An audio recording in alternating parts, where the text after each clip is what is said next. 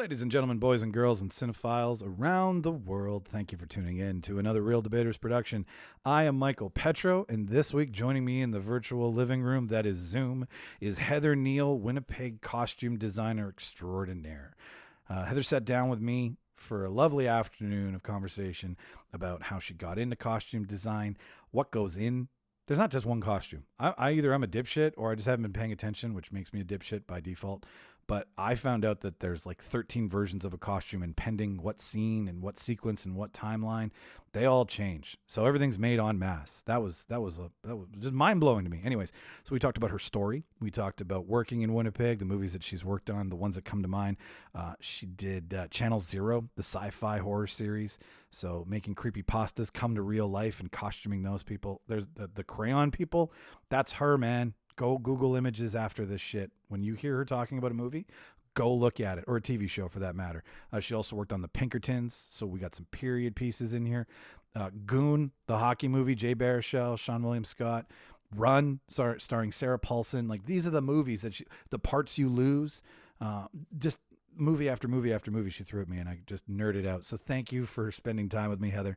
You're a blast. She's so nice and sweet and endearing and funny. It's a perfect podcast guest. So that's who you're going to listen to today. For all the people who've never listened to us before, if you want to find out more, thereeldebaters.ca is the way to do so.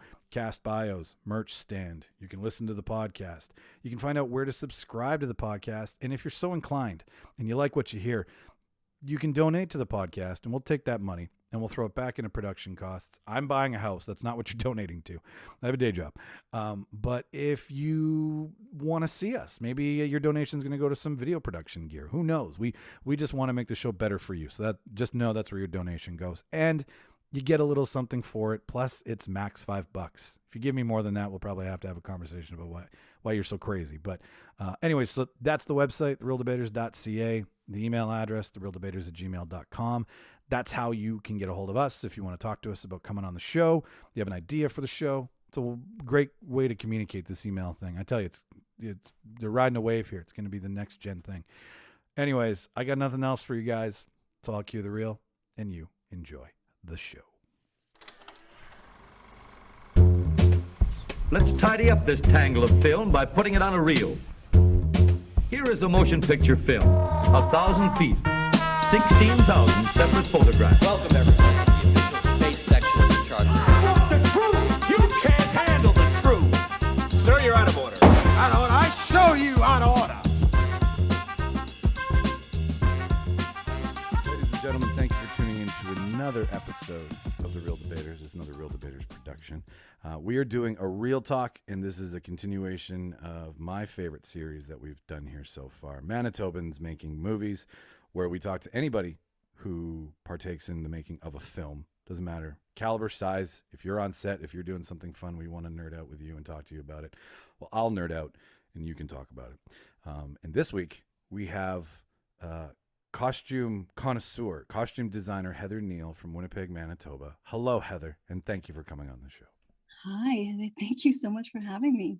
Oh, it's my pleasure. And this is one that as soon as you said yes to, I kind of did a happy dance, because I was like, okay, this department is responsible for continuity, responsible for accuracy, responsible for like it. You are so ingrained in the visual aspect of creating a story, not just a film, but a story, and getting it right. And people will, I am sure, as you've experienced it, they can jump on it pretty quick. Like, there's certain departments that I think people cut slack on, and then certain departments where they're like, well, hey, what's that coffee cup doing in that scene?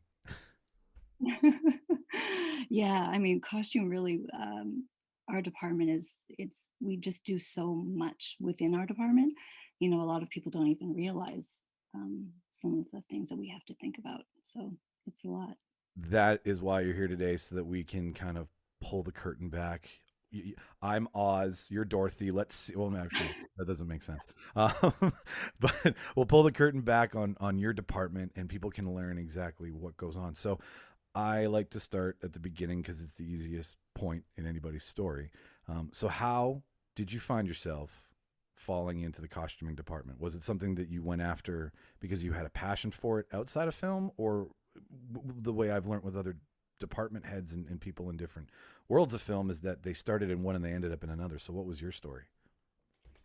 Well, I didn't start off in film thinking like my career was more, I fell into it later. Like I started off really basically loving clothing and fashion. And so when I was growing up, my parents were always, they were working professional people, but they were always really creative. So they were always doing, my dad was an artist, so he would do a lot of painting and drawing and carving. And my mom was also really into sewing and quilting. And so I was just always around these creative things. And through school, I fell into sewing and I loved it. And I had this amazing teacher when I was in junior high. My dad was in the military, so I was living in BC. And our sewing class, which is, a bunch of 13, 14-year-old kids, you know, she really turned our class into something more exciting. And she took us on a field trip to the Vancouver Fashion Week. And she introduced us to, more than just construction. And it became like almost an obsession of mine through school was to learn more about sewing and fashion. And that sort of fueled my love of clothing. But it, it hadn't really occurred to me that costume design was even a career possibility. I mean, I just didn't know anyone working in movies, and it was in the 80s. It just didn't seem possible, right? Like I didn't. It was a career that I couldn't even dream of because I just didn't think it was an option. So I sort of went along my education route really through wanting to be a designer, and after high school, I was accepted into a fashion school in Ontario. And I was just about to leave and go there. And I changed my mind last minute to move with my parents because my father had a posting overseas. So I chose to go with them to Cyprus. Oh, wow. And yeah, and I lived in Nicosia for a year. And when I was there, it was just sort of like an eye-opening experience and meeting all kinds of different people from around the world. He was working for the UN at that time. And it was just so exciting. Like I was introduced to all kinds of new things. And I got a job at the UN Family Library. So, so I was really into Everybody books. has a part-time stint at a library for the UN. Yeah, well, it was like really small. And then I got to be a fit model with this weird Cypriot modeling agency. So I actually fell into meeting some designers while I was there and learning part of their process. So it always was interesting to me. And then after that posting, my dad, he had his one final one before his uh, retirement posting, and it was to Winnipeg. So he was only going to be here for a little while, and I was going to come just for a short time so I could save money, so I could move back to BC. Yeah. And my friends were. Isn't BC, isn't that short for bring cash? Yeah, exactly.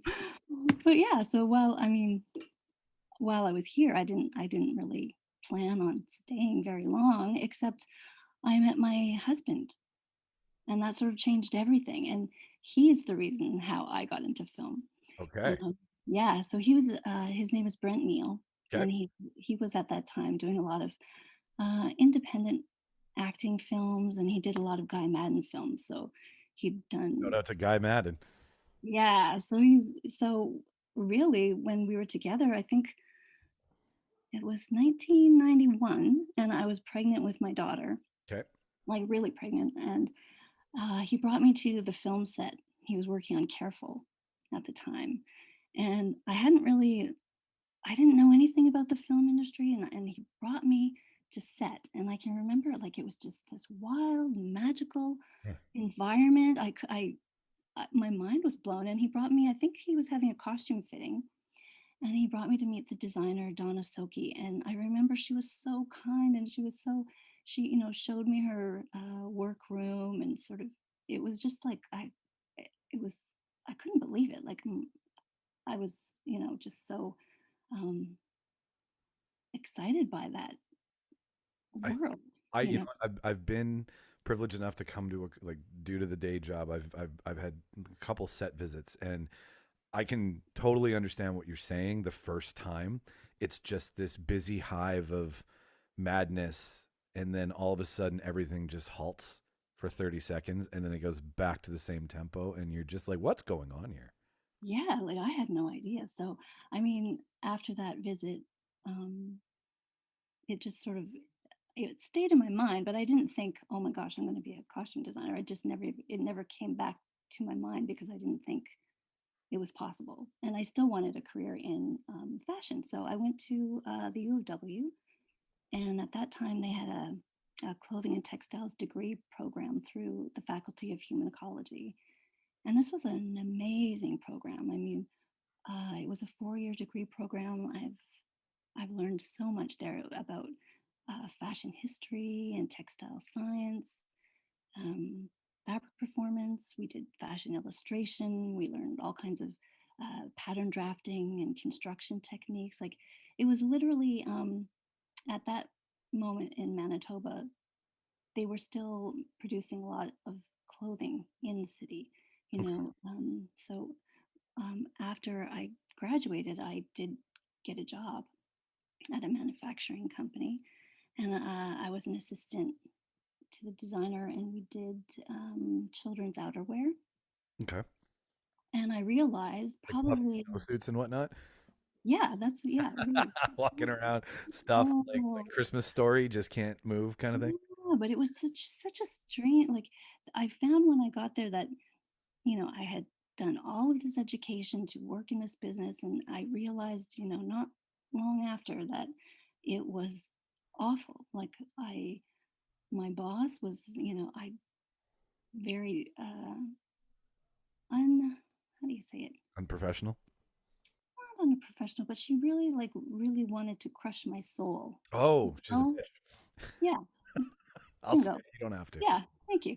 And so it just it turned me off the whole industry, and it just I after that I thought, okay, that's it. And one day at work, I just I'd worked there for some time, and I just realized one day, you know what, I'm not doing this anymore, and I packed up my office, and I never ever went back. And Awesome. I never and I don't remember being worried about it. I just thought, this just isn't for me, Yeah. and I'll figure something out. And my husband, oddly enough, and I just, the timing wasn't exactly perfect, but at some point after I'd quit, my husband was working on an independent film with his friend Jeff Solillo, who was the art director for Careful, for Guy Madden's film, and he was doing his own, low budget movie, Yeah. and I had the opportunity to costume design it, and I had no idea what that involved, like, really. I mean, I had that one visit with Donna years ago, but I didn't really know what the job was. But Brent said, come on, we'll have fun. I'll do this with you, and we can shop together, and you can help me create my character. And it was once I got started, diving into this script. It was sort of 1970s Winnipeg, gangsters and really cool characters, and like hockey. Like it was just so weird, kind of, but fun. And it was a lot of local actors, and a lot of people I work with in film actually worked on that film project as their first That's kind of. awesome. You guys all got to Yeah, jump in the stick, just get wet, figure it out. totally. And that's what I did. I mean, I didn't know anything, but I sort of instinctively, I had the script, and I used it as my guide. And as I started to sew costumes and fit characters and actors, it just sort of it lit this fire. Like it's sort of that moment when oh my God, I love doing this so much. Like it's so creative and fun, and when you can like um, start from nothing and make these really interesting people come to life. Yeah. It just yeah, I just knew. I was like, okay, that's it. I'm going down this road. I can And only imagine going from the factory mentality to the play. Do whatever the hell you want. Figure it out. yeah. That's what Like it was. on top of not only being a creative person, but now finally like finding where you want to use your creativity is, I think, and I can only speak for myself, but like it's a battle to figure out where you can really maximize it. So it's like you got really lucky going, I hate this. Things will be fine. I'll figure shit out. And then movies. And then it's like, that's it. Like, no, you're not, that's a great situation to be in with knowing what you're good at and then knowing where you want to do that specific thing. And also, it's a strange how, all as I go through my career, all of these courses I took in university, how really they practically applied to so many things, and so it was nice to be able to, Nice to say that expensive piece of paper paid off. yeah, because Well, and like university classrooms, I mean, unless you're like my wife is a hairstylist, so she gets to be as creative as possible all the time if people allow it. And you're taught one thing, but then when you get to kind of have that base and then create off of it, that's even better, right? Like it all just lines up in a perfect row, and you're not questioning your choices and whatnot.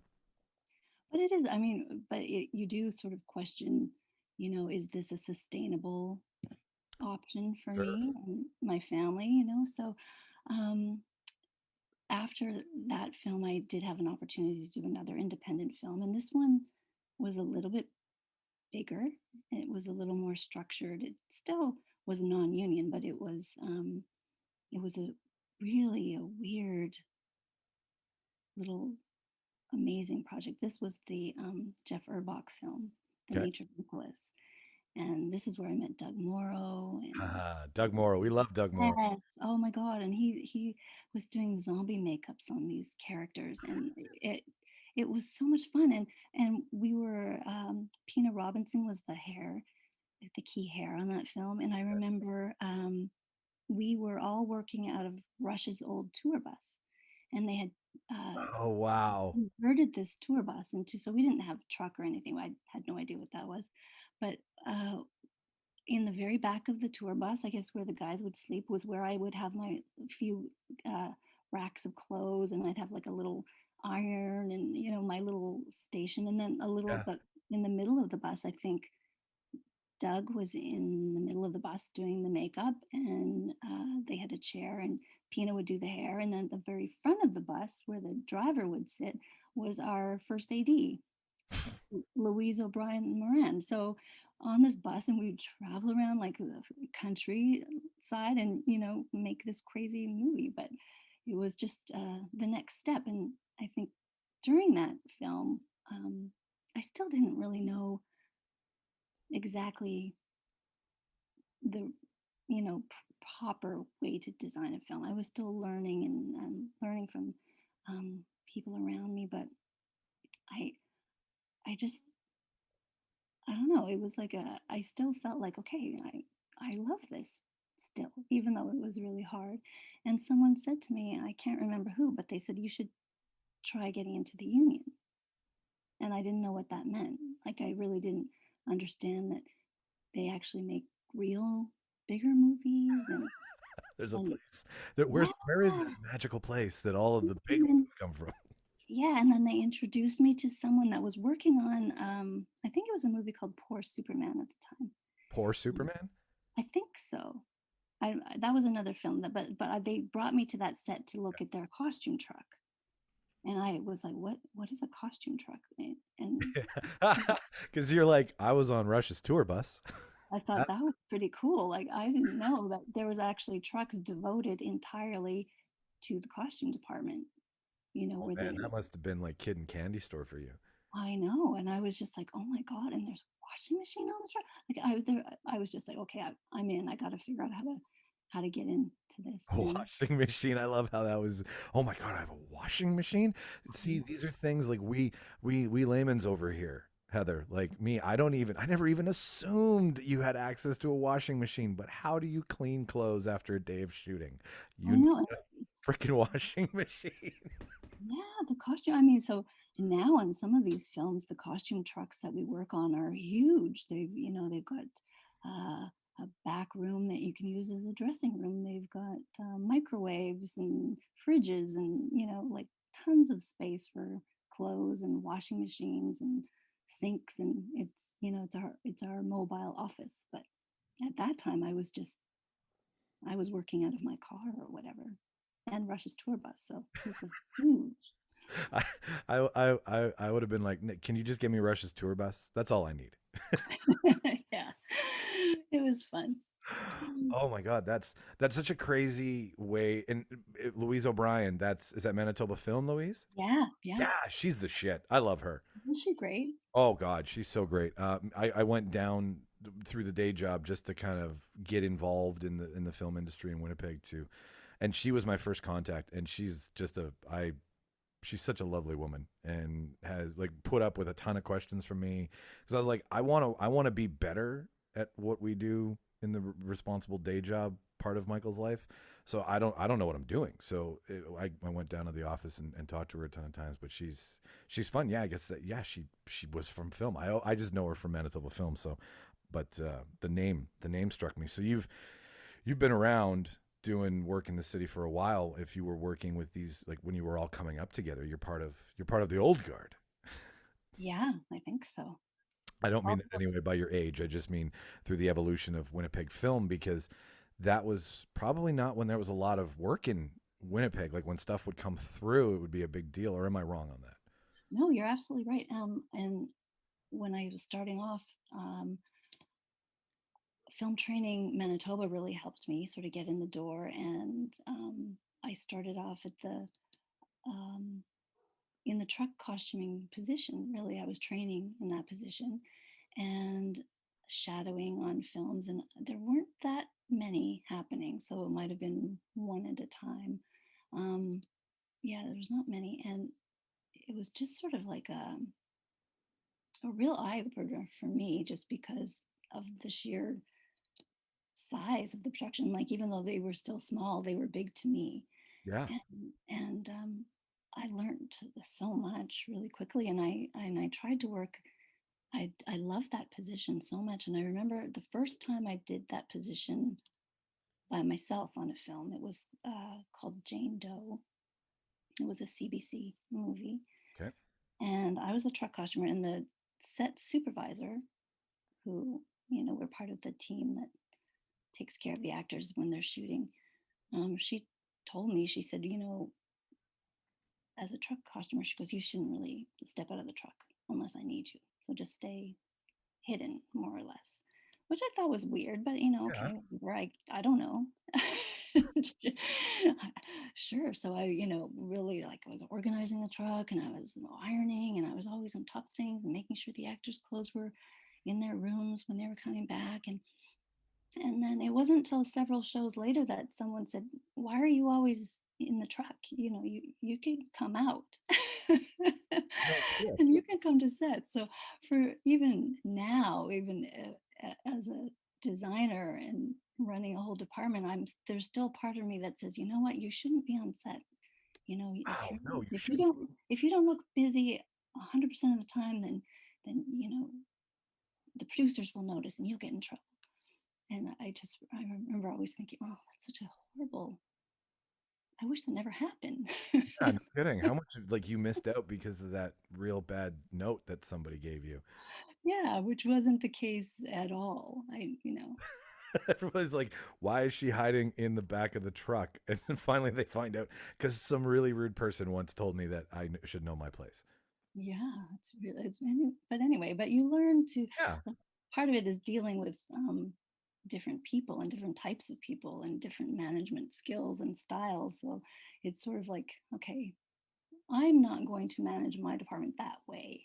Or, and the bully that I worked with in apparel manufacturing really taught me that, managing is so important. You Yeah. want to um, really empower the people around you, and your team is only as strong as each other, right? So Well, you bring up a really good point there, and I've learned that within making a film, big or small, low budget, big budget, it takes a village of every department, and every department gets bigger and bigger and bigger as the movie gets bigger and bigger and bigger. So on a independent, I don't know why I change words sometimes, independent film or low budget film, you might only have one or two of you in your department, and on, well, just for example, an MCU, Captain America, you could have 200 people in your department, but at the same time, it is a team effort. And I know you wanted to bring that up. So what is the team environment in the costume department? What's the, not the hierarchy so much, but like, how does it, because Brad Crawford, do you know Brad? I think so. Probably know the name. Yeah, he's Yeah. Brad Crawford and BJ Verreau I've known for a while, and Brad went over the department positions for camera operator, and I was like, oh, there's more than one of you. So how many of you are in your department, and what's the comings and goings like? Yeah, well, for a costume designer, really you're responsible for dressing every character on the screen, right? And it's a collaborative effort, and you're working with the director and the DOP and the production designer. We're all working collaboratively to come up with this um, visual story that we're telling in the film. And so, depending on the nature of the project, and they're always different, you're going to need different crew. So, like you said, when I started out independent, it was me and one person maybe. But as these shows go, I mean, you can do a contemporary Hallmark movie that, nothing happens too much, and you only need a few people, Yeah. uh, costume assistant and your set team, your truck costumer and your set supervisor, and that would probably do. But as you go through and through my career, I mean, working on so many different types of movies, if it's a horror movie and we're doing a lot of special effects, you're going to need breakdown artists, cutters, and skilled people that can, create garments just from a drawing or a sketch. You need people that can really organize and budget and keep you on track and contact actors. I mean, there's just so My God. many people involved, and everyone is so skilled and talented in their own way that as a manager, when I'm crewing, it's important for me um, to work with people that I trust and I am inspired by.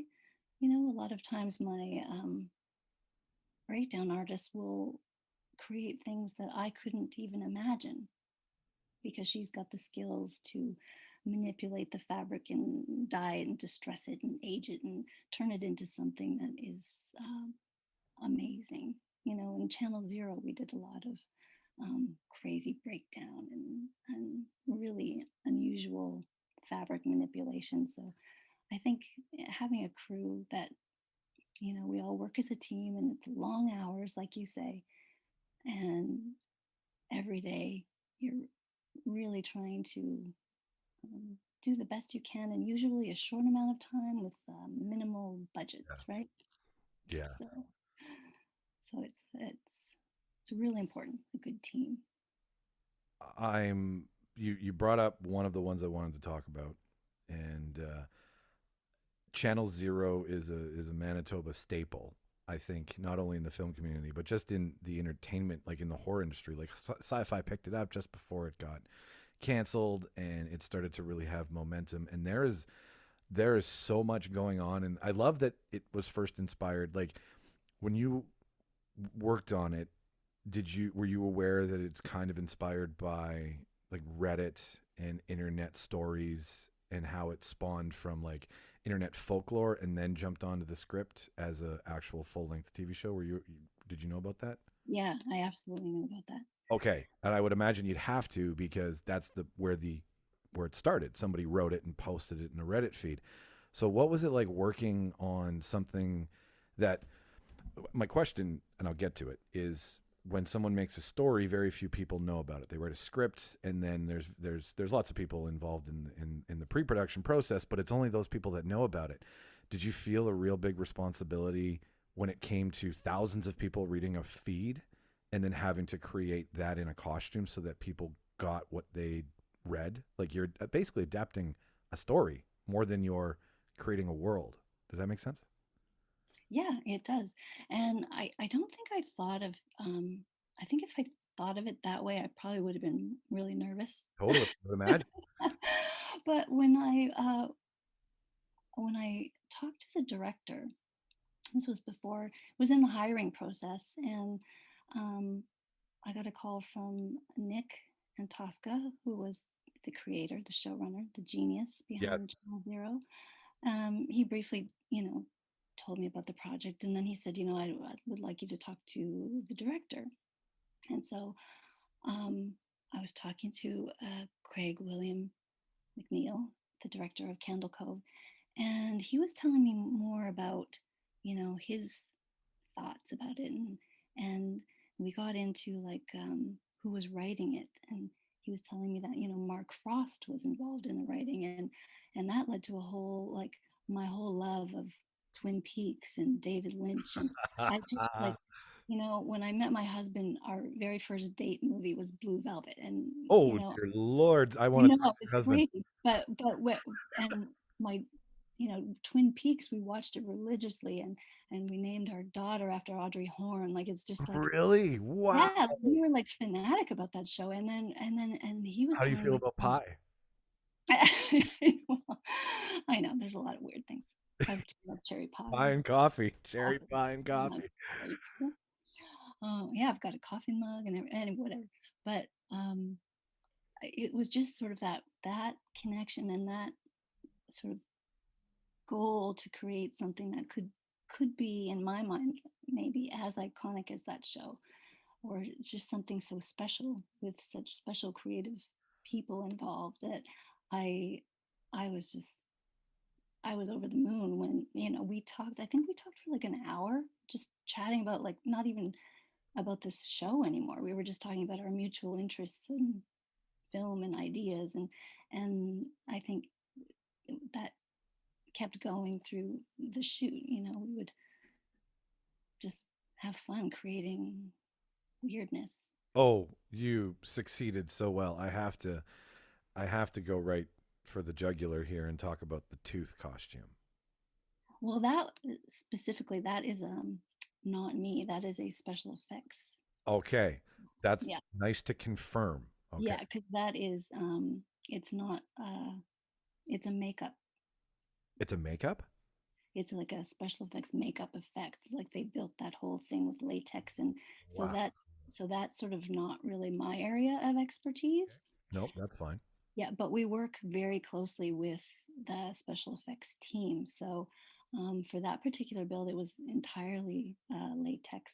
I don't, they probably have some specific fancier term for that type of build, but our team would look after the actor and dress the actor Okay. in the costume. So we didn't create that one, but we did the jawbone looks. And I don't know if you remember, I think one of the craziest scenes and costumes was we had this actor from France named Olivier Desagazin, and he's a clay artist. Okay.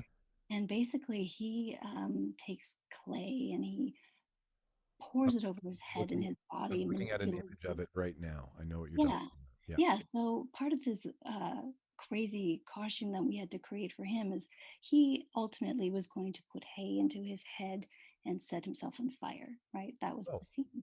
And so, and we had to figure out how to adapt the puppet pirate costume into this demonic version, and then which he would ultimately set himself on fire. So, I mean, just the testing, the playing around, and the breakdown on that costume, that was a lot of fun. I'm That I'm to do. going after images of it right now because that oh my yeah. Oh. Yeah, Oh, it was so creepy because of the way the children and it just it it stayed with me. It was that pirate face. Yeah, I'm looking at the costume right here now. Okay. Oh, yeah, and that one we did full leather capes. I remember me and my assistant Paula would go to Bill Warb. He's a leather furrier here, okay. and we would choose, all the skins that we thought would make a nice quilted sort of cape look. And we had originally wanted to do some sort of seal skin accents to it, but then that didn't fly with the setting on fire. Might have been a problem, just having more of that. But Is this the Yeah. one I'm looking at right here with Yes, that's him. Yeah. talking about? Okay, great. I figured let's just share the screen so we can see what we're both looking at here. But this stuff is like this is so creepy. This is this is like ancient 1700s weird witch critters creepy kind of thing to me. You did so good. You did so good. Yeah, and if you find the original little pirate that we're going from, I think he's on the far left of your screen with the Okay, little right over hat. here. Yeah, he had a little cape and everything. So we just did like the demonic version, which was a lot of fun Oh. and very, very messy. So That's a, you brought up that there's a lot of talk with the writer and the director. I imagine that you're in every step of the process along the way because as the character develops, so does the style of the character, and obviously you know you're changing. Like to have the same outfit on somebody throughout the entire movie is a little redundant, right? So it would change with every portion of it. Or am I wrong in that you kind of develop it from the get go and then you guys kind of watch back and just make alterations as you go? Like what's the process there like? well, generally when we get our scripts, we break them down. So we have a computer software program. It's called Sync on Set that we use quite a bit. And we're able to take the PDF of our script and drop it into this program, and we can easily um, calculate how many changes, how many script days, exactly what's required for the actor. And this program sort of it covers every aspect of what we do. We're able to budget from the program. We're able to schedule. We can pump in our actors' measurements, and our shoppers, when they're buying, can look at their phone and pull up everything. And it's just a great tool. So in determining the looks and what the actor goes um, through our scheduling, we can figure this all out, and we can figure out how many, say, who's going to need a stunt double, a photo double, Oh my god, yeah, I just realized um, you got and to how many different stages of destruction the costume will go through. So you have, you know, so many different things to think about in terms of, you know, getting the costume or finding the right number of multiples that you'll need to successfully be safe. So, so generally, yeah, the the idea is to have multiples throughout the story instead of taking one or two of the same and changing them. Like what you're making as many up front as possible, so you're like front loading, I guess, the production, and then as it goes, you can be like, all right, pull out this one for this sequence or this scene at this stage of this story. Would that is that kind of what you guys do? yeah. So at the beginning, say we determine that we need 10 of a particular look. Oh wow. And so maybe that's one for the photo double, and maybe the stunt performer needs three, and maybe the actor needs five, or whatever it is. We have to figure it out because there's so much work that's involved in getting it to a particular stage. So if there's fighting or blood or whatever happens, fire or explosions underwater, whatever, we have to figure out exactly what that costume looks like at that time. And for Channel Zero, we were shooting, and this is not normal, but we were shooting 6 episodes simultaneously. Oh, So not yeah, not which is chronologically. not chronologically. Yeah, we were shooting sort of block shooting it by location. So um, normally on a TV series, you're working 2 episodes usually at the same time. On this one, we were doing 6 all at once. That's So a lot of different parts of your brain. yeah, it's huge. So it's a lot of, you have to know what the pristine look will be, and you'll have to know what it will look like at the end of the. Oh my God. Like, Mhm. first of all, to create a thing from nothing. And I should mention just for context, like my mother, I didn't tell my mom I was doing this, but my mother is nuts for sewing and quilting and stitch work and whatnot. Oh, Like, wow. she's got like 3 sewing machines. So like, I should get her number. sure. Yeah. I'll put you two together. She would chew your ear off. Like she goes, I buy her fabric and backing and stuff whenever I'm in the States when we could travel and stuff. Like she's a nut for this stuff. So I'm just gonna be like, I did a thing with a costume designer. You should listen to this because this is right up your alley. So I'm looking forward to that. But I've been around sewing my entire life, but I've been around like she'll make a quilt or she'll make a bag or something like Mhm. very cool rudimentary stuff that doesn't have to come in 10 different timelines. So I'm just now trying to imagine what I have very little information on and then go, okay, now it like you have to create at different multitudes. My God, how does your brain work, woman? Yeah, well, a lot of the um, when you're reading about a character and what they go through is what is required of the costume.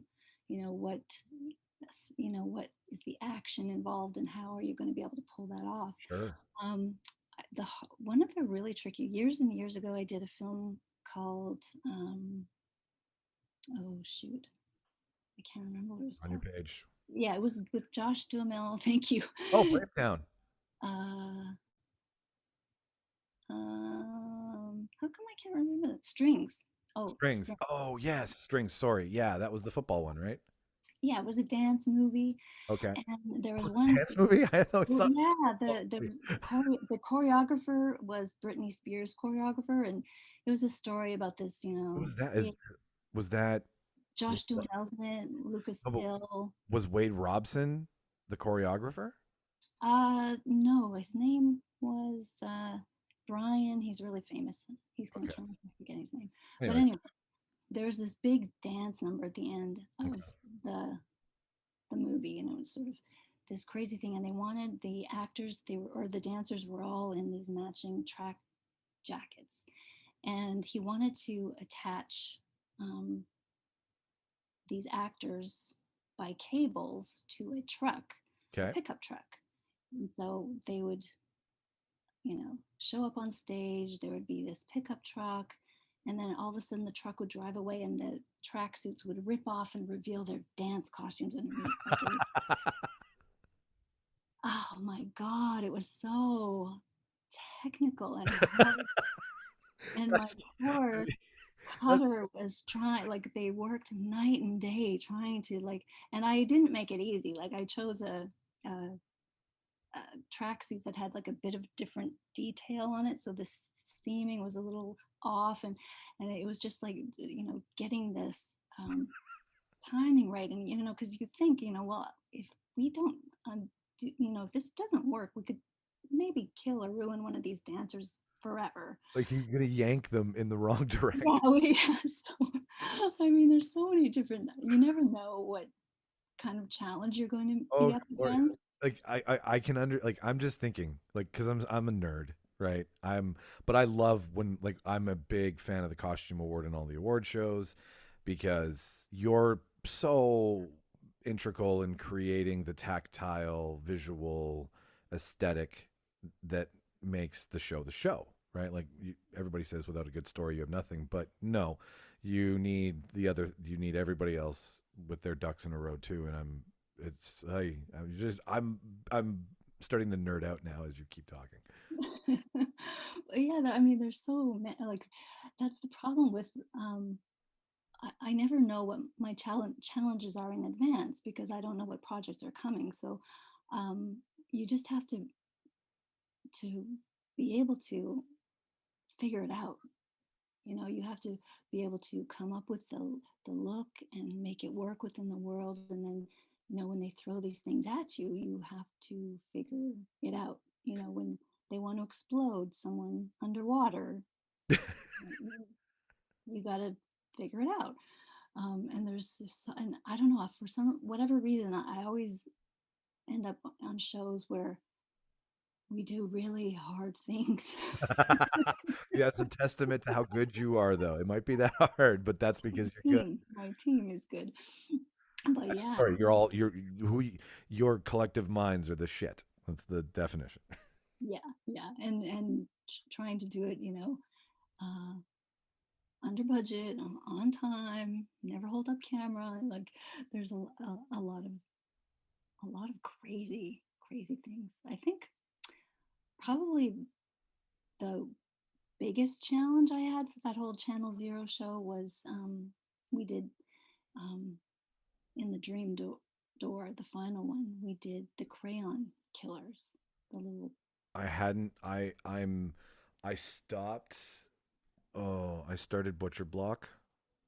If you look up the final film, the Dream Door, maybe punch in crayons, Dream Door, something you might see. Sure. Yeah, yeah. I don't know if you'll see them. Oh, yep, keep going down. You can see the top, Oh, right that here. guy that's wax. Yep, he's on. Yeah, that guy. So Whoa, whoa! How did you do this? this was insane. So Nick and the director of that episode, they were really inspired by this 1979 horror film called The Brood. And in The Brood, there's this image they loved of these creepy little kids, and they all had these um, identical kind of track suits on, and Okay. they were all bloody, and they were really like creepy little kids. And so in this part of the script, they wanted to create these killers that, it's all sort of based on the lead actress's childhood memories. So um, these crayons, I guess, were part of her childhood memory, but they come back as these like creepy killers. And so we were having all kinds of conversations with the special effects makeup people, and they sort of came up with the look of the face that was wax. And then when it came to the body, um, they're like, there's no way you can do this in makeup. Like, it's just, there's no way. And so we kept thinking, well, there's got to be a way to do it in fabric. We have to be able to figure this out. So I came up with the design for the look, and I had my illustrator Justin Waterman do some sketches and illustrations. And then we did with the production design team, we figured out the colors that these crayons were going to be. And Meg McMillan is really the mastermind behind this look, but she's a costume designer in her own right, but a fantastic breakdown artist. And so with dyeing the fabric, she was able to dye the fabrics exactly the colors of the crayons we wanted to match the special effects makeup. And our cutter would sew the tracksuits together, and then Meg would work these crazy wax techniques into this overall costume. And honest to God, like they were like creepy, but very like so like it was honestly the strangest costume and the most um it took so much work to make them and so many people to look after them and get these people dressed, and we had to have heat Huh. guns because if it was a little cold they would stiffen up. So Sure. Yeah, like I mean, from what I can see in this image, like it's folded over like a cloak almost. yeah, So I'll like have to send wax, you another image where you can see them all at the please. Oh my back. God. Oh my God. I would. This is the kind of thing that I was. Oh, it looks outer world. It doesn't look like it came from, and that's what it's supposed to look like. Other world, outer world. Yeah, but it would involved a lot of testing, and I can remember we had to sew like sort of straps, harnesses onto the pants of the outfits to keep them from falling down. And I remember I was having a fitting with one of the actors in that show. He played the doctor, the psychiatrist, and he came in as we were sewing like the pant leg, and it looked like a giant wax candle. And he's like, "What are you doing?" And we're like, "Oh yeah, we're just sewing straps on some wax." Don't mind us. As you do. Yeah, but there's like that show was so fun to work on. So many things like Well, you're not stuck with a lot of parameters because you're like, this is a weird story that somebody invented at 3 a.m. high out of their mind, probably. And so you've got a great launching point, but you've got no reference. There's nothing else like it. So it's like, what do we want to make it? But let's say where we transition to something like the Pinkertons, which is a Canadian drama about it was. I've seen episodes, but I'm not well versed in the story, as you can't watch everything. But is it about Canadian sheriffs or sheriffs in general? They were the Pinkerton Detective Agency. They Okay. were Americans, and we were supposed to be set in Kansas. Okay. Perfect. All right. So And Prairie this, Dog Trail was a big part of the set backdrop for yeah, it. And that show. Oh my God, Michael. There was the. I didn't realize when I signed on that um, we were going to have such a tight budget. oh my God. Well, your team and you stretched it thoroughly because it's Oh, it was. Oh my gosh, I had only four people in like, my team and a trainee oh, so three. to do. It was myself, my seamstress, the truck, and the set supervisor, and then we had a trainee that helped with all kinds of different things. But it was honestly, I found out about the project. I was in Arizona. My husband and I have a place down there, and I was sort of, I think, in the right place at the right time because um, I had a little bit of time to research the period and find out how much these types of costumes would cost. And after calling everyone in Canada and all the contacts I had, they said it's it's too expensive. There's just they couldn't figure out a way for me to rent it in Canada and stay on budget. So I found reproduction stores in Arizona that sold I guess they do a lot of reenacting in Okay. America. So they would make versions of old timey clothes. So I managed to buy because we needed to do a lot of multiples and a lot of people would get shot and so I needed to get a stock of multiples. So I contacted them and they were able to send me things when I needed. But the biggest thing for me on that show is I ended up finding a costume rental company in LA that would make a deal with me and give me a break. And my husband and I flew to Los Angeles and we went to this costume rental company called United American. And it was founded by a costume designer that did Westerns in the Oh 50s. wow.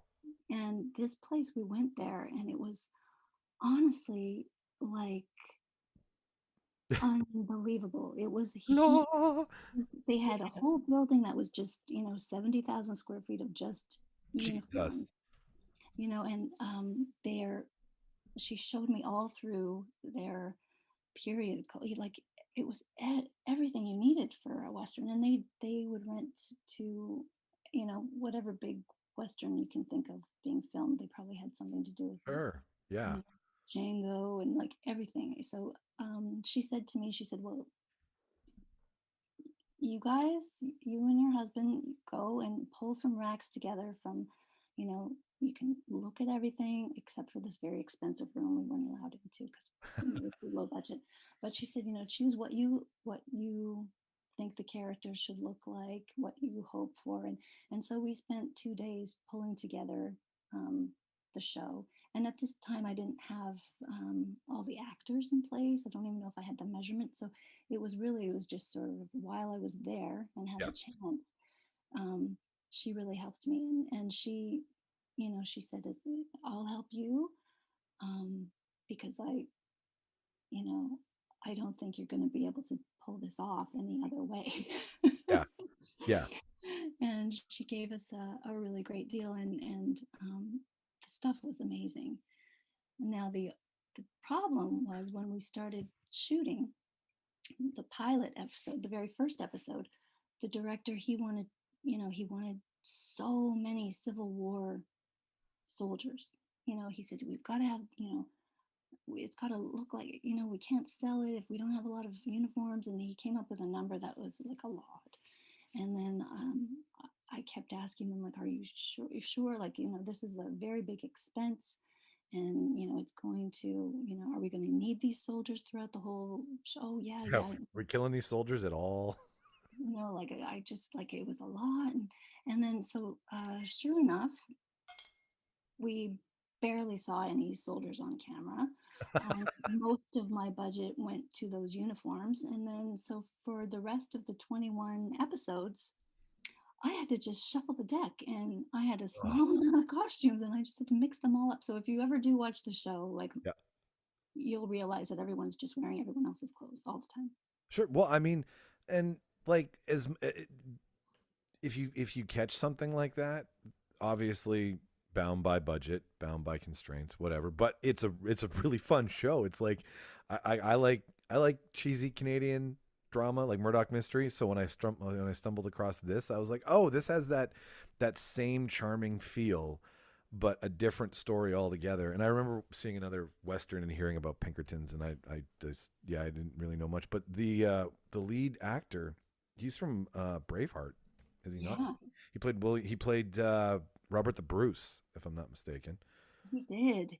He was it was so I was so lucky because he actually gave me he had done a period film in Halifax Okay.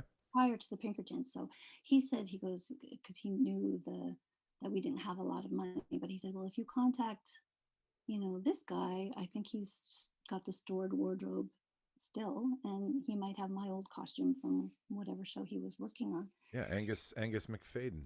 Yeah, and sure enough, the producers, he pulled it out and allowed me to rent his old costume, and we, Oh, added to awesome. it, of course, but it really helped save the budget a little bit. Well, and I mean, everybody wants to see it shine. That's the point. Like that's the end game. So to quote one of the best movies ever made, but you want it to look as accurate, as awesome, as charming, as pretty, as whatever it is. So everybody wants to help. Nobody wants to see this thing fail because all of everyone's name's attached to it. So it's really awesome when you hear stories about how everybody's willing to help everybody else out because they know what's at stake. It's the next gig, right? Yeah, and working on a film like or a show like that, it was really, really busy and hard and fast. It was just you often didn't have time to think too much about something because you just didn't have time. You just had to do it, make decisions quickly, and yeah. So we definitely learned to work fast.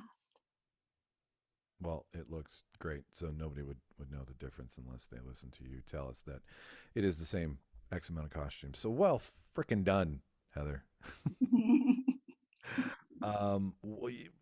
What's your creative process like? Like when you because you've mentioned sketching and you've mentioned mock-ups and the breakdowns and stuff. Like do you when you get a script and let's say I mean we can look at any of the ones that you've done, but any of them when you get it, are you going to the internet first? Are you sketching stuff out? Are you pulling from a certain like what's your toolbox for how you get going on a character? I guess it really depends on the script, right? So I worked on a film called The Ice Road. Ah, Liam Neeson. Yeah, and the funny part about that film is a few years prior, I was working on a film called Ice, and it was a very similar subject, ice road truckers and a little bit different action, but it was sort of like similar. So I had done a lot of um, images, searching and watching the show, and about the ice road truckers, and sort of getting into that world. But when I got this script, I mean, that one fell apart, I think, because we got a really, really warm spring and all the ice melted. So Yeah, yeah. yeah, Well, that was yeah, not. It was bad for you guys. yeah, that was going to be with Alec Baldwin. So that was going to Really? be, yeah, but it didn't end up happening. But I still love the idea and the characters that I was sort of coming up with for that one. And then Okay, so for Ice Road, for example, like this is stuff that people are wearing now. We're out of the period piece. We're more into modern, yeah, actual people, and they were filming this one for Winnipeg, like Winnipeg for Winnipeg. yeah, right. That's what it is. It's based on Winnipeg as the backdrop. Am I not? Am I wrong? You're correct. Okay. And, So we actually get to be a place in a movie for once. That's really, I yeah. fucking love that. So a big part of the research on this one was me and my assistant Paula. We would go for lunch at the truck stop. Of course. Like Yes. we'd get to know our favorite waitress, and she would tell us, oh, I would ask questions like, why is that guy so dirty? Like, what? Like, oh, he's a diesel mechanic, and and I'm like, and who's that guy? Oh, he comes in, at 5 o'clock every day, and or you're like, she just had all of this information, and she said, well, you should check out, that trucking place over there, and so we would then like, I can't remember the name of it. But there's this trucking company. They sell, it's like a dealership for semi trucks. Oh, like, okay. We're talking Maxim truck and trailer. Yeah, Uh, something. Yeah, yeah. like Okay. Dodge, Volvo. Okay. I know what you're talking about. yeah. But they would sell Peterbilt or Yeah. whatever that was. So we went there, and we talked to the girl at the desk, and we said, do you think it would be okay? And we said, we're costume designers, and we're just is it okay if we just like walk around and look at your People. mechanics? And it was a little weird, right? But she said, well, let me call my boss and I'll ask him, right? So she obviously like, what the hell? So then we talked to the manager and we explained, we're working on this film and we just want to see what the inside of these trucks looks like. We want to see what the mechanics wear. We want to see what they have in, like, what we want to know as much as we Yeah. can. Are you willing to show us? And yeah, Can we look at your people? and they were, we got to climb in the trucks, and oh, there's tons of room here, and we could figure out like, oh, there's a closet. It was sort of, that part of the process was really fun. And then we had to figure out, you know there were so many multiples involved, and we did a lot of research into clothing companies here in Winnipeg that could help us, and we knew Richelieu. So we went to their factory, and Yep. we got to go into their showroom and meet with them, and we worked out an arrangement that they would help us with product placement for the show. And so it was a lot of going to different local. I wanted to really showcase what Winnipeg produces, right? So I obviously want to use Winnipeg companies. That's And so great. That's so great. That's like, you can be like, you can do your job, but like when you want, like, that's why I like talking to you guys. I'm like, I could bang on doors, I'm sure, in Toronto and Vancouver, but I'm like, I want the people in my fucking backyard. oh yeah, and the best example of this was when I worked with Tyson Karen. He's a director in Winnipeg, and we were doing a film called Lovesick, and that was with Jessica Perret, Jay Baruchel, Jacob Tierney. So, but again, it was very, very low budget. And Tyson, it was so fun to work with him because he had ideas of how he wanted the characters to look, and it was all, his ideas all looked very expensive to me. Like they were great ideas, but they were very expensive. And so I wanted to take, and again, and his film was set as Winnipeg for Winnipeg, and I wanted to really showcase again Winnipeg products. And I went around and I met so many great manufacturers of, accessories and jewelry, and I tried to throw it all in, and they were all eager to help. And that was a fun one where we were able to find local artists and use their stuff. That's great, because when you get to a point, kind of send the elevator back down and be like, you can get up here too, and then like find local designers, local jewelers, local everybody that you can be like, this is a Manitoba made costume from Manitoba, not just inspired by, but like that bangle, those earrings, that jacket. This is all things that were provided locally, sustainably. Yeah, exactly. And it makes it original and interesting, and yeah. I gotta go back to Ice Road for a second, because I heard about that movie, and I also heard some pretty funny stories about someone getting confused who Liam Neeson was in an airport. It was a very, very charming story. But what is it like? You got to work with Morpheus from The Matrix. Okay. And I fucking love Lawrence Fishburne. He, Oh, oh, so so like just regale me with like a couple anecdotes of what these two gentlemen are like, because one has got a very a special set of skills that we all love, right? No matter what happens, Liam Neeson has a very special set of skills, and mhm. Lawrence Fishburne's Morpheus. So who are these guys like? Well, it's interesting.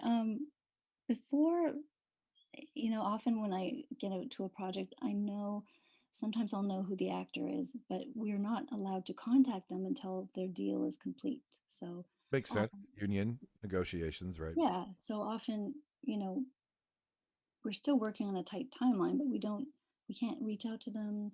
So I would Google his past films and I would contact his previous costume designers.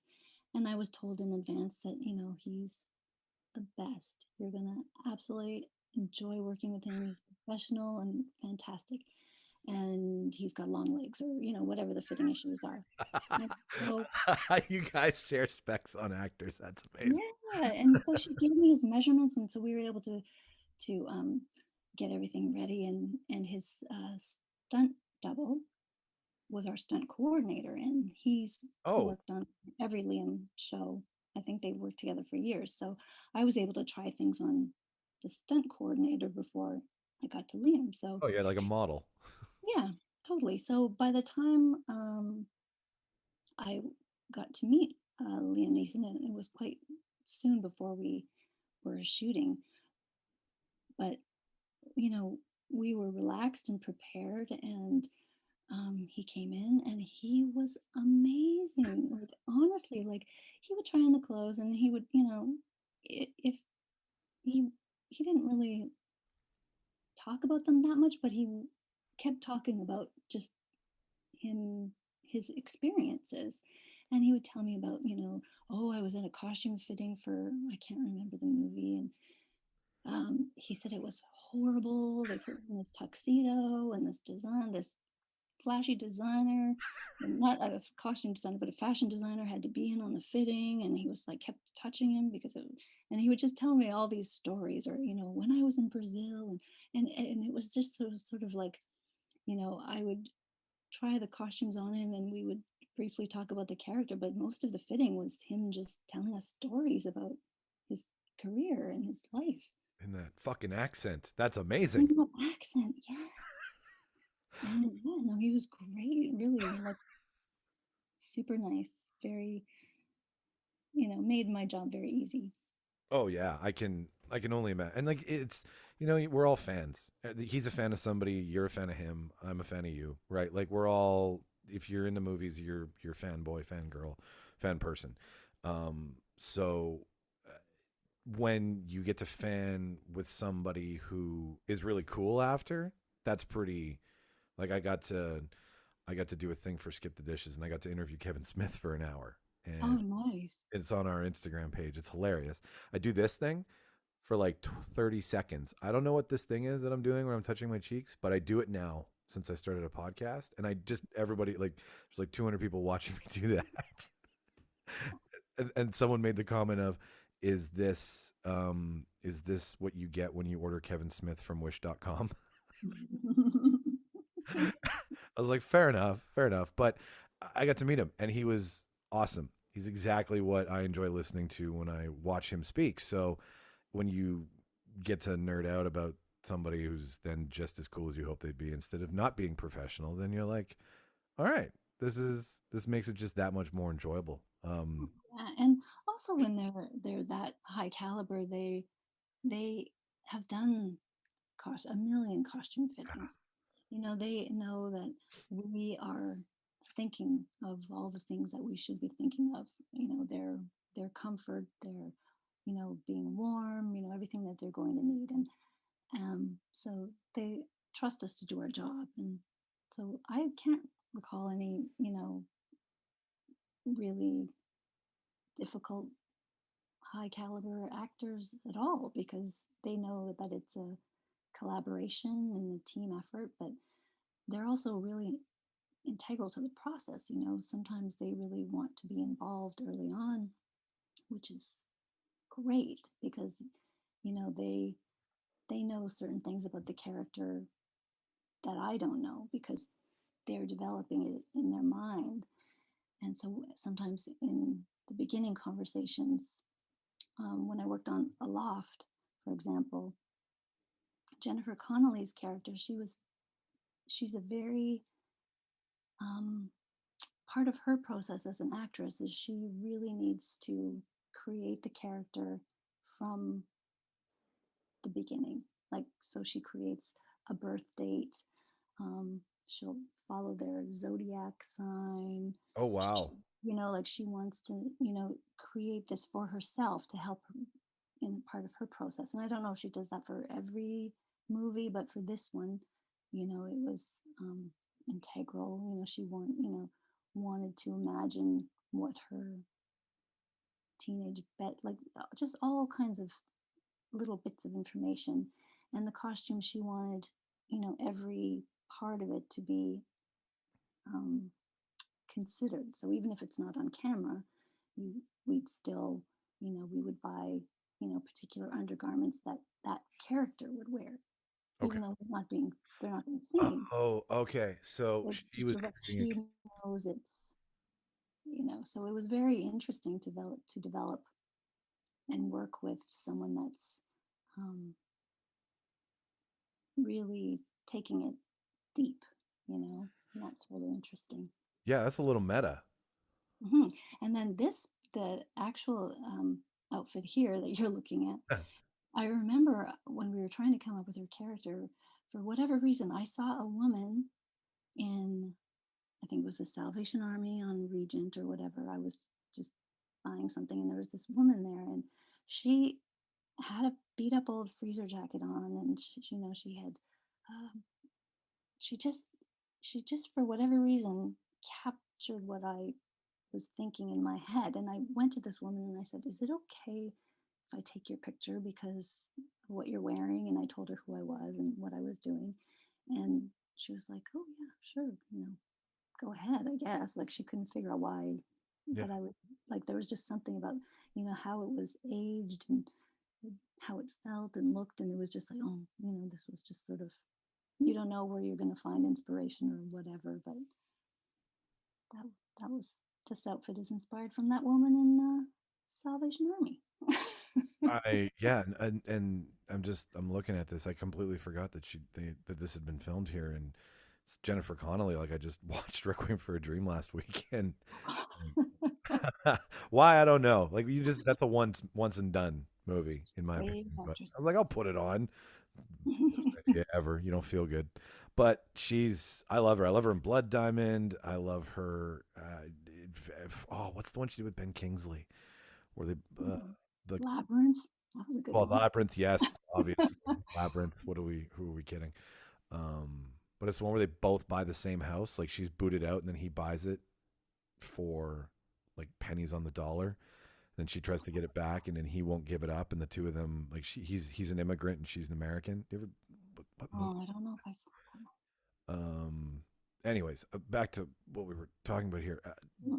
It's it's so interesting to hear how you do now, like how you would cast now versus because you have nobody's wearing period pieces or on the street, right? So you can't. But I think that's really neat how you'll like look at you're taking right, like our slogan is where real life and real life meet. Like that's our cheesy one liner. But you're literally taking somebody in a Salvation Army and you're like, that's how I want to make my character because this is real life. So let's put this on the screen. But I guess with walking up to somebody, you might run into a chance where they could be offended, but No, and I actually do it a lot, really, but I always ask them. I never sure. like Oh yeah, secret photos. But yeah, it's just so sometimes you can just get inspired by something, or yeah, especially I'm always fascinated by painters. Painters' clothing, like how the paint drips on their shoes, or things like that. I just find very yeah. And those are the things that happen that you would have to think about to add that level of accuracy, right? Because the painter who paints and gets paint on his shoes is going to see this character on the screen, and then you're almost, it's like, I see you, painter. I know what you would look like. Exactly. Ultimately, our goal would be to find a painter and say, could we have your pants and we'll try somehow?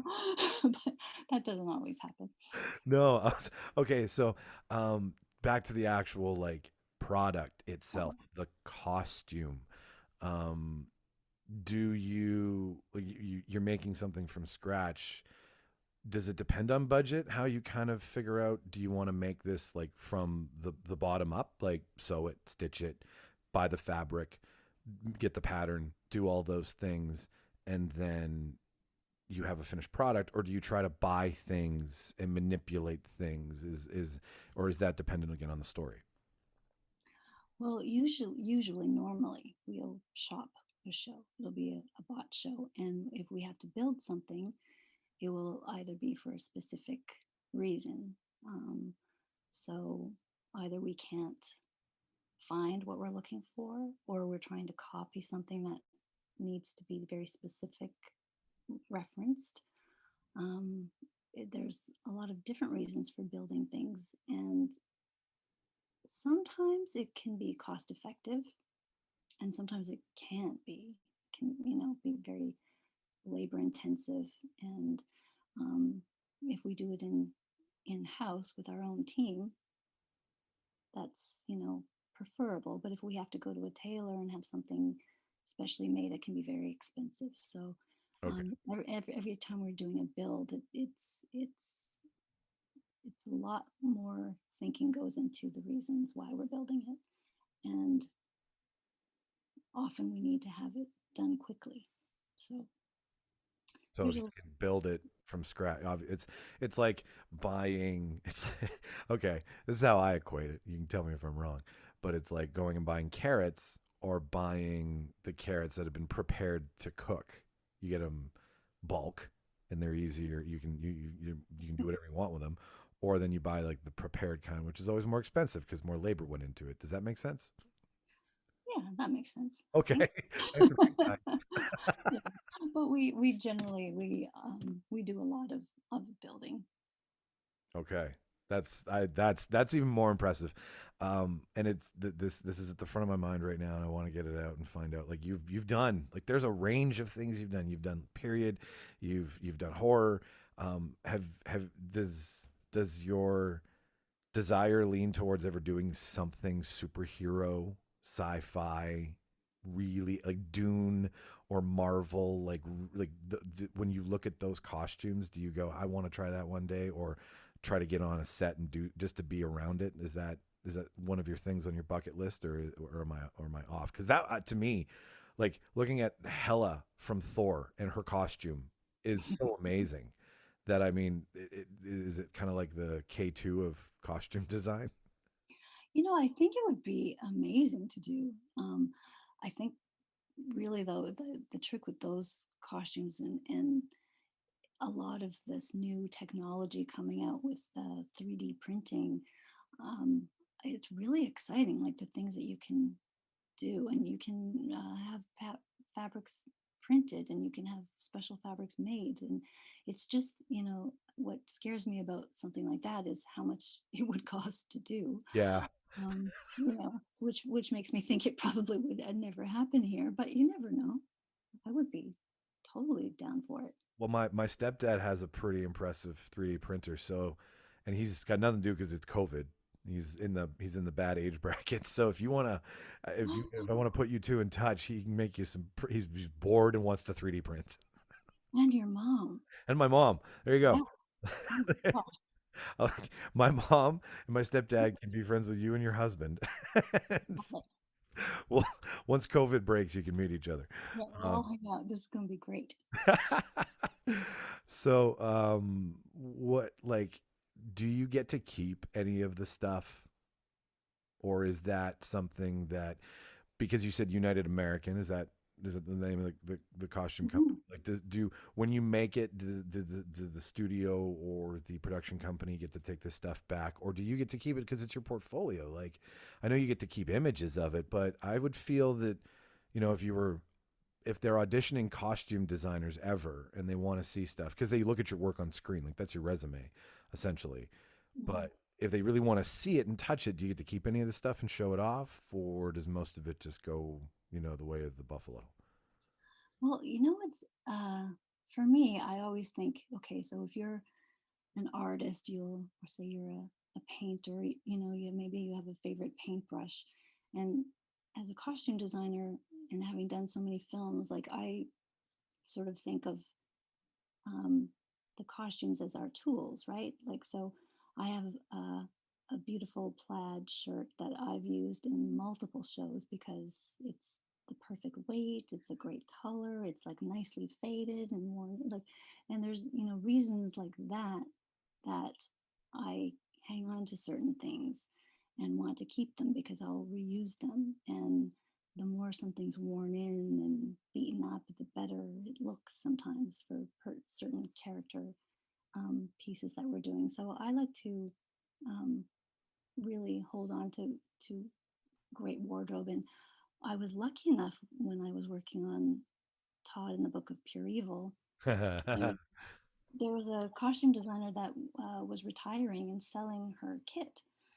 So I hadn't really worked with this designer, but I needed some stock. So I purchased her kit sight unseen, and I didn't realize what she had in there. Like it was like boxes, wardrobe boxes, and boxes and boxes of just nursing uniforms and corduroy pants and winter jackets and vintage clothes and ties and belts and cufflinks and watches, and like it was just like unbelievable. And I mean, I've just been lugging this thing around like all the time. So it's it's it's sort of like I don't want, like, like my magic tickle trunk, I when was I've going to say, is it your tickle trunk? There you go.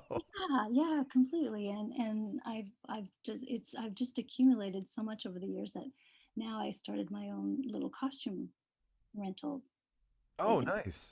Yeah, and so I'm sharing on the same floor as rag pickers and a few local fashion designers. So I've got a part of my collection there. And it's just nice for other designers that are working on projects, like if they're looking for a pregnancy belly or a chroma key suit or a fur coat or, whatever it is, I might have it. And I like to share it. Of course. And Yeah.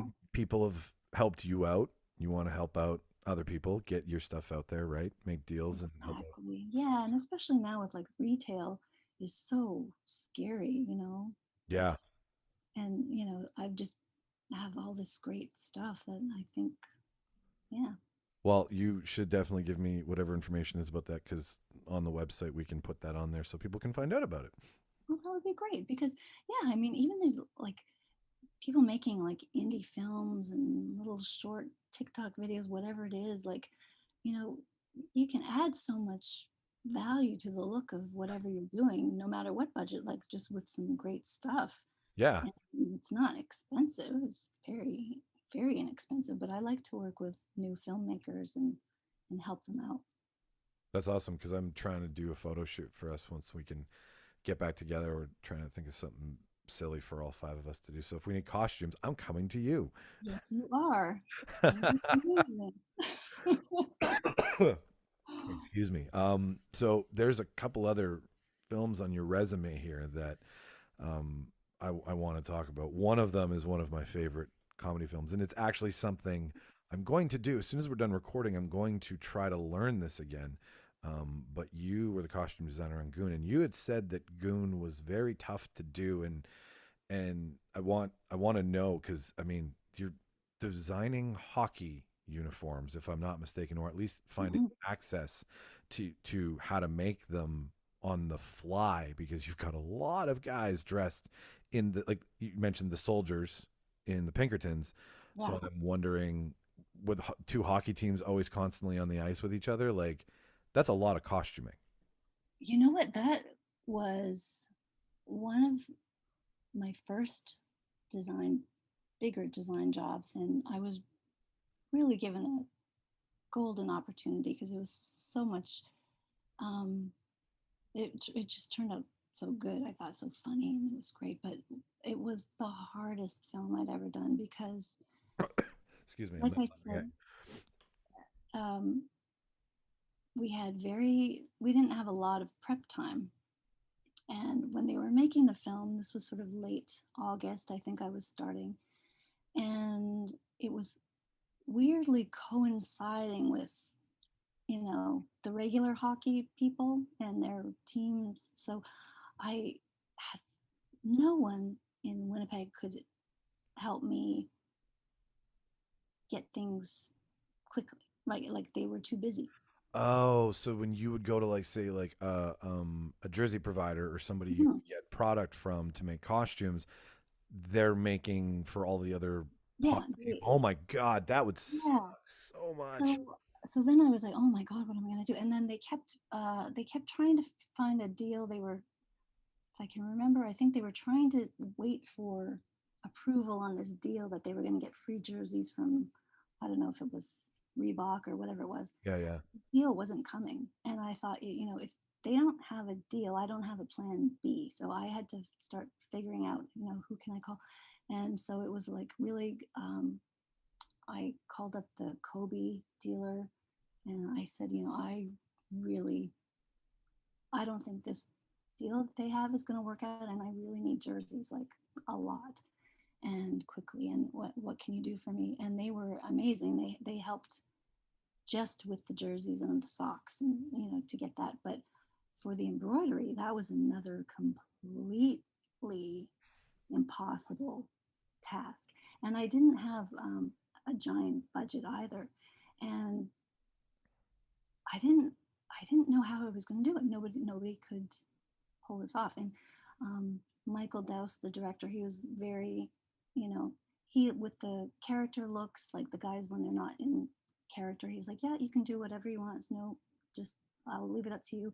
But the hockey, he was very specific about, and so the art department, they came up with all of their logos for the different leagues and everything like that. But he wanted all of the jerseys to have the individual letters sewn individually on the back of Oh, the. wow. So I was like, are you kidding me? Like when you think about the jersey, like how many things we have to attach to it, the numbers, and so me and my assistant Paula, we were trying to come up with rosters of really short names, so that we could. So each That's team, awesome. you'd look, if you watch the movie, you'll find like we don't have, if they have a long last name, it's because the director wanted it.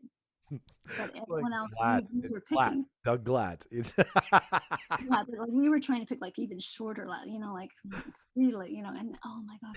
And so then I really like, I think my experience working in apparel manufacturing helped me because when I worked for that company, I was doing a lot of dealings with fabric suppliers in China.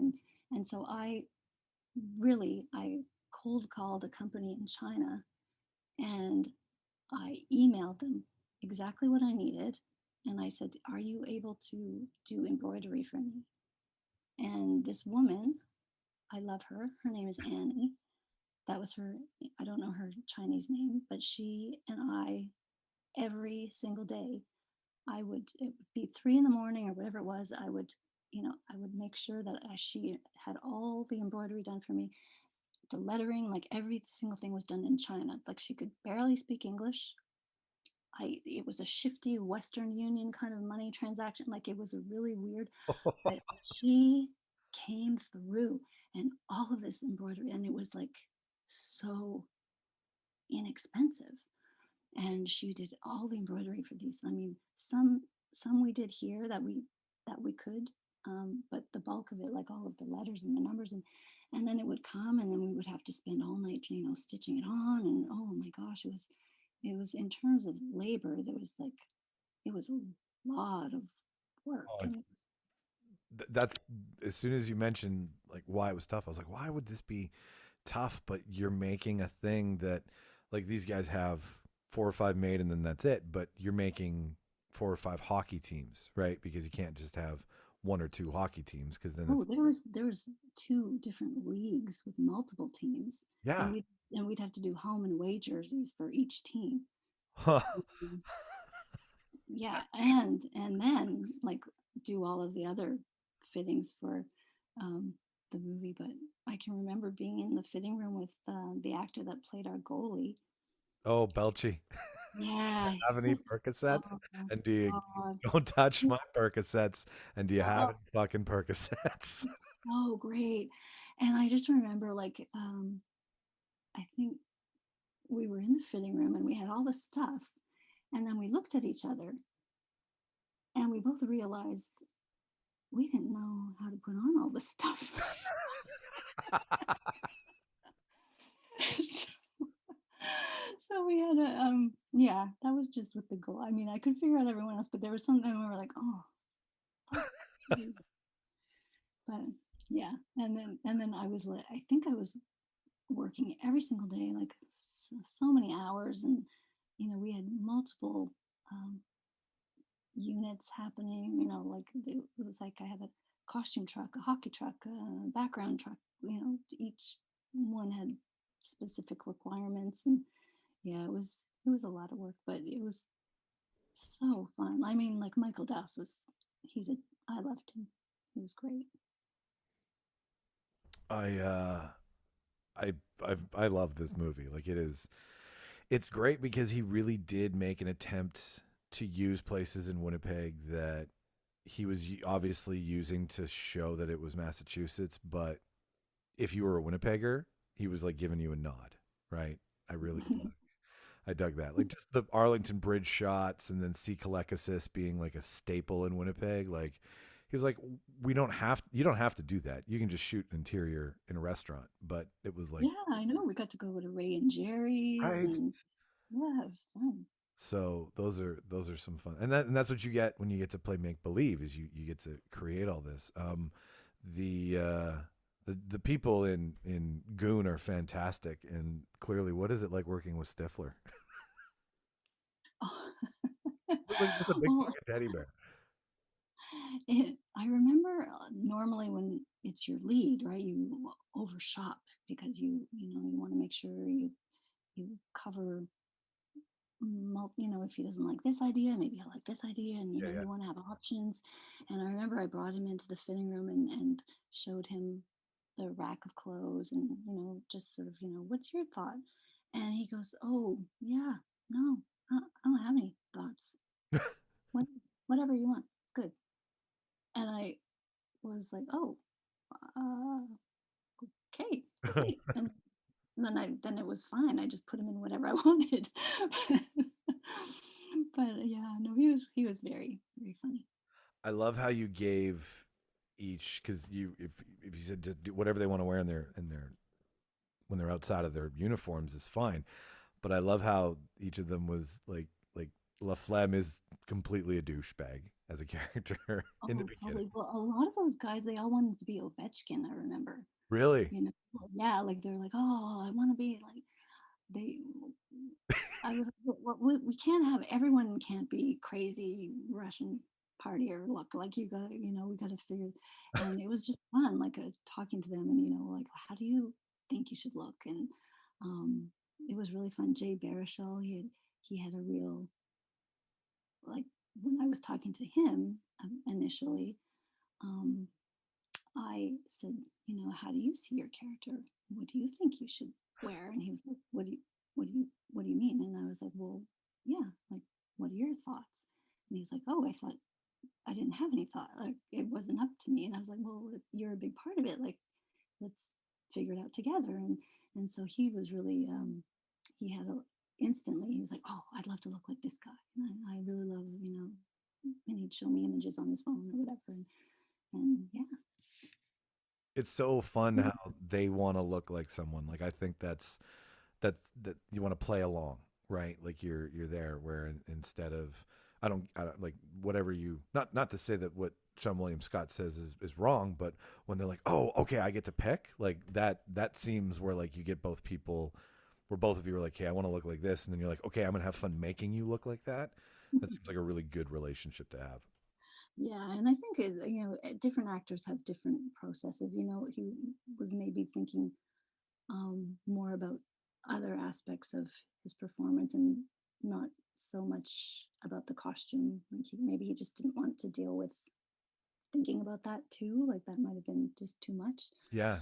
Um, Yeah, if you're well, and he wrote it too with Goldberg. So I mean, if you're coming from it as a writer's perspective, and then you got to put your actor's hat on and then take it off, and then look at you as a producer as well. I mean, yeah, you eventually you're like, I can just think of this one way.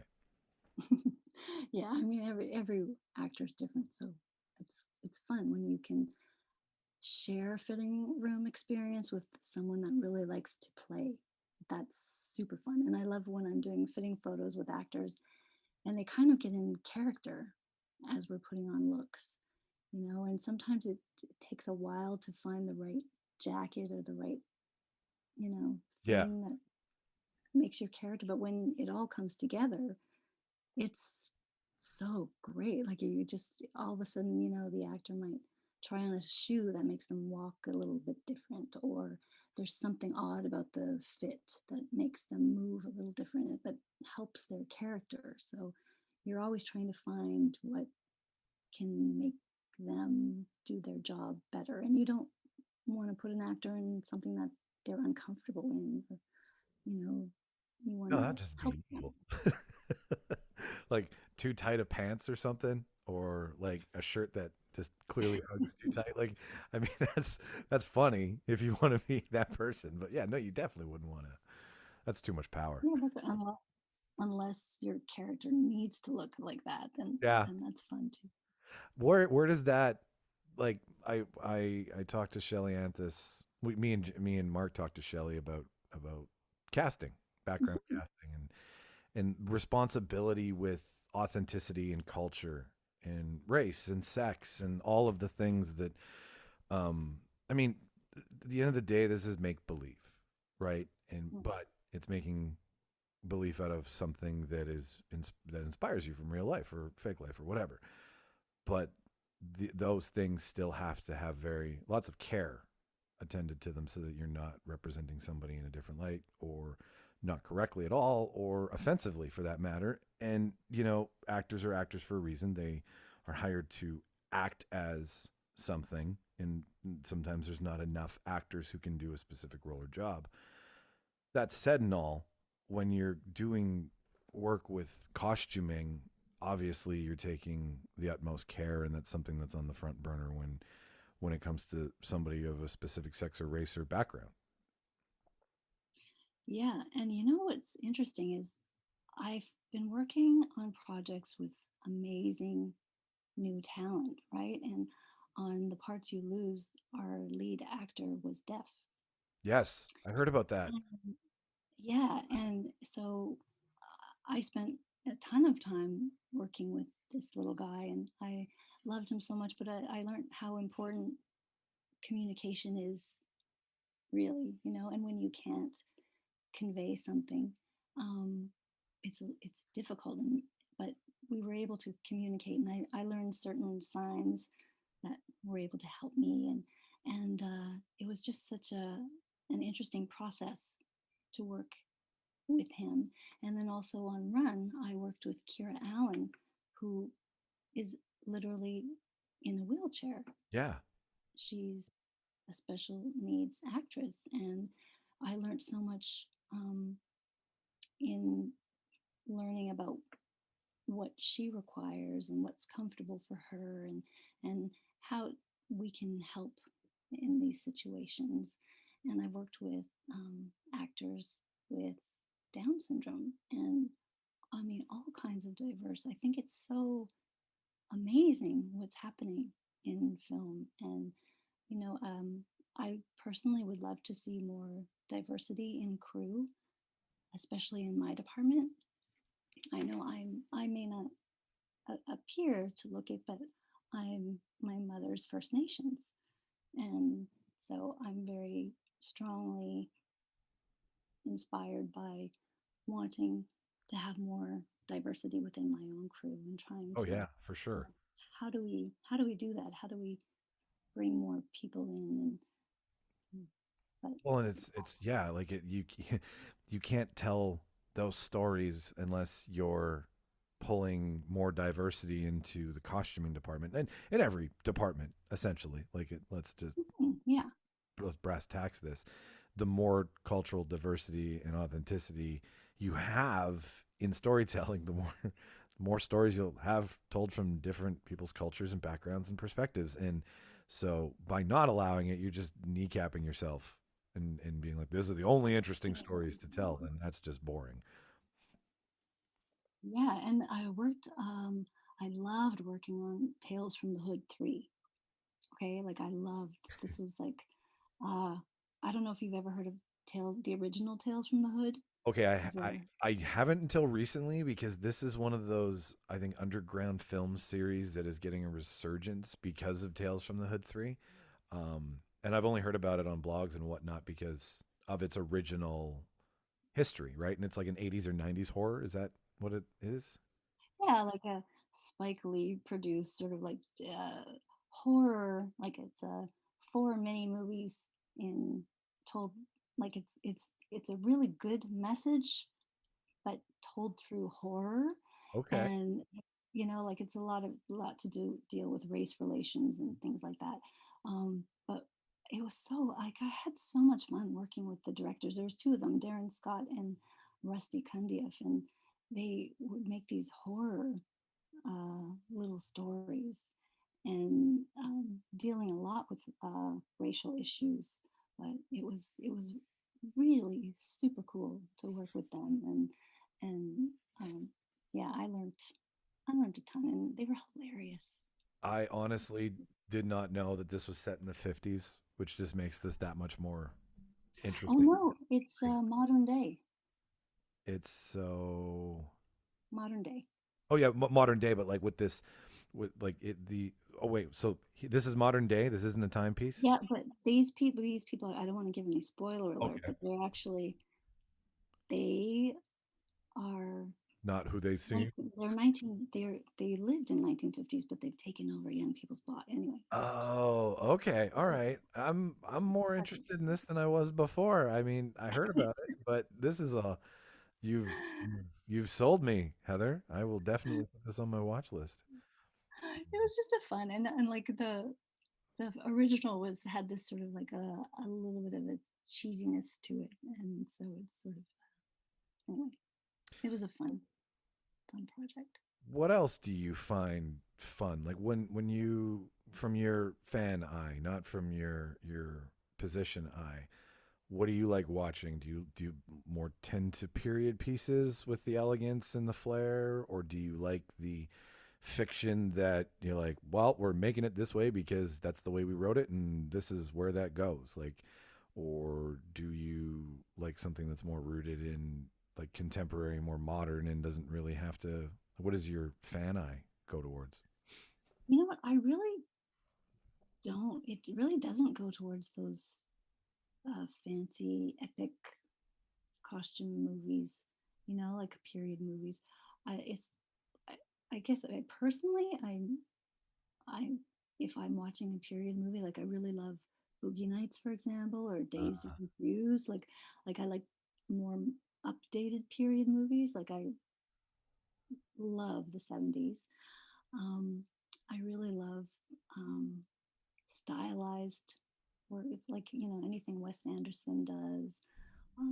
There's certain designers that I really love, like um, especially Milena Canonero. She did The Shining, and she does Wes Anderson, and Patricia Norris, of course. I love her because she was the costume designer for Twin Peaks and worked with David Lynch, and she did the assassination of Jesse James. And I remember seeing her from a distance and going, "Oh my God, it's Patricia Norris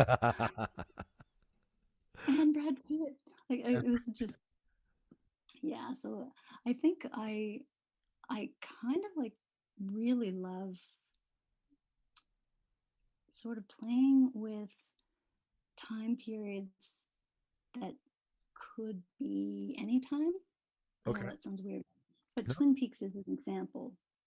That show, it was made in the 90s, but it had 50s vibes, and like film noir. Okay, You I like, the aesthetic more than okay. I know what you're talking about. Like yeah, and it's timeless, but it's dated. yeah, or there's something where you can't really tell what time it is.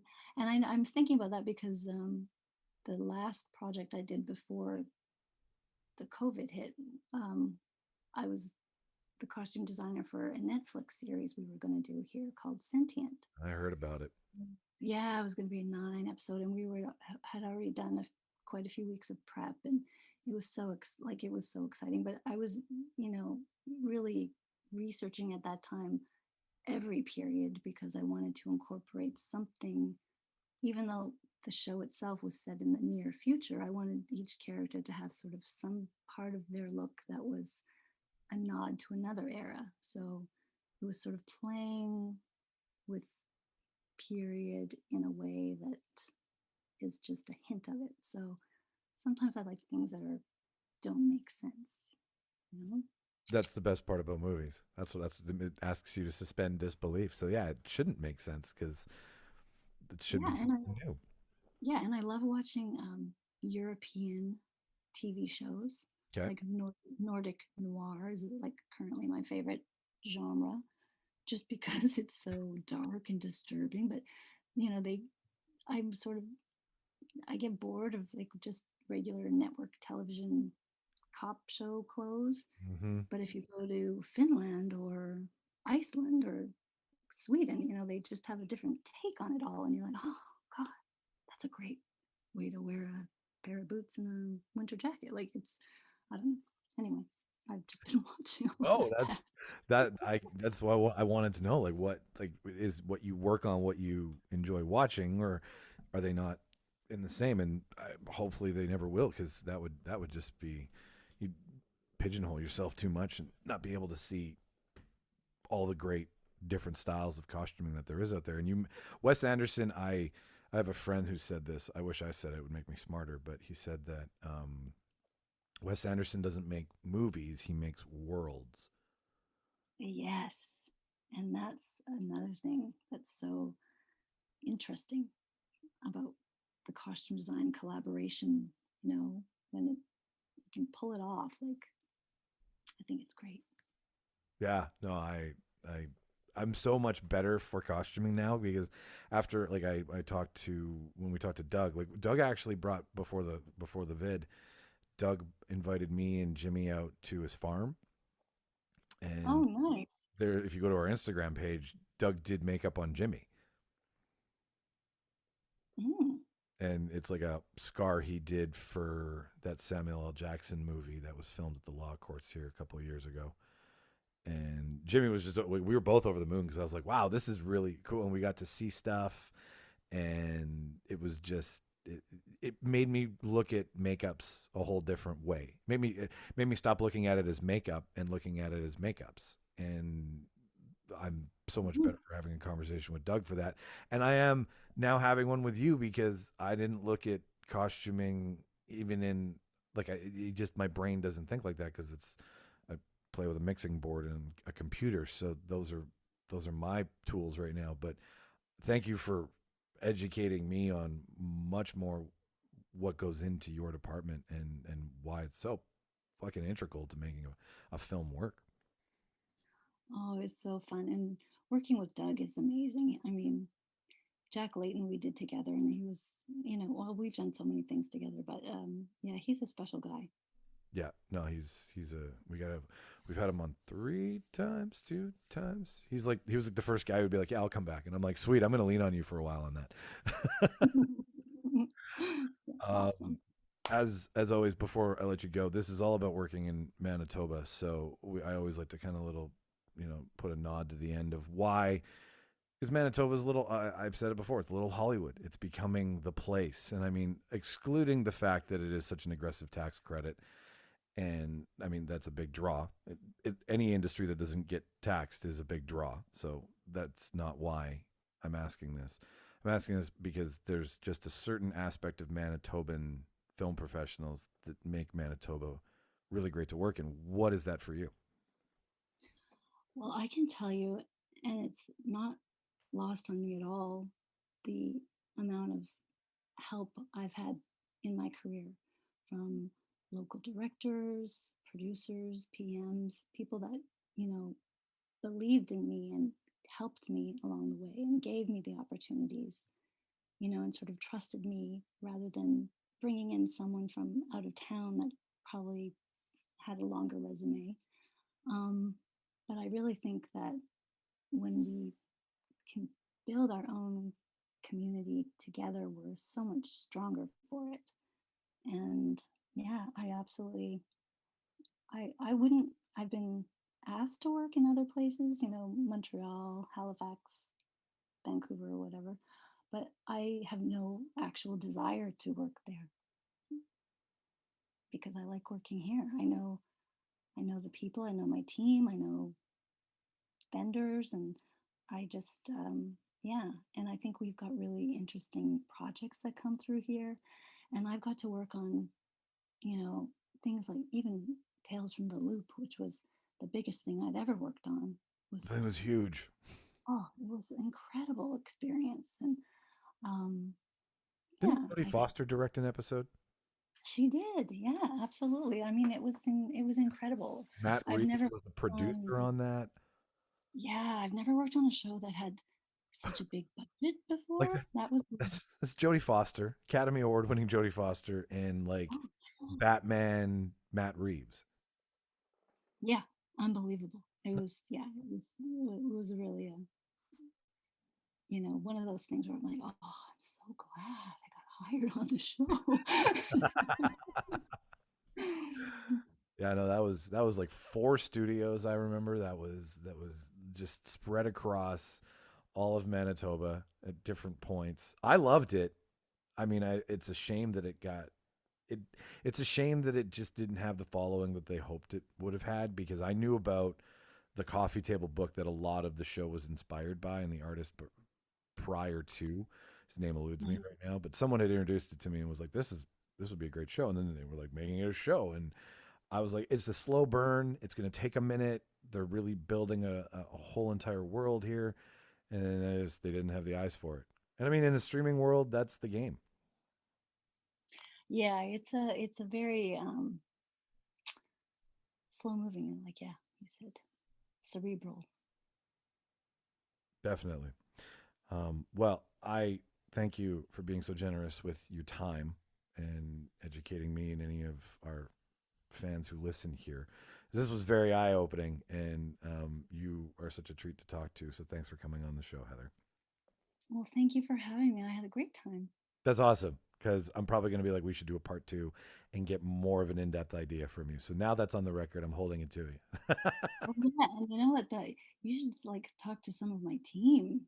Like you pass the on set people are, you know, amazing. I am more than happy to. And if you want to pass on some information and say, hey, listen, I love guests. I love people who want to talk to us. So I will bring on whoever you think would love to talk to me. You can give them my name and number. I'm more than happy to have that conversation. Cool. Thank you very much, Michael. Anytime. Anytime. Ladies and gentlemen, this has been another Reel Debaters production. This has been Heather Neale, Winnipeg costume designer extraordinaire. Thank you so much for listening to another episode, everybody. You can find us at thereeldebaters.ca, at Reel Debaters online. And if you want to email the show, it's thereeldebaters@gmail.com. I have nothing else for you. I have been Micheal Petrow, and this has been Heather Neale, and we are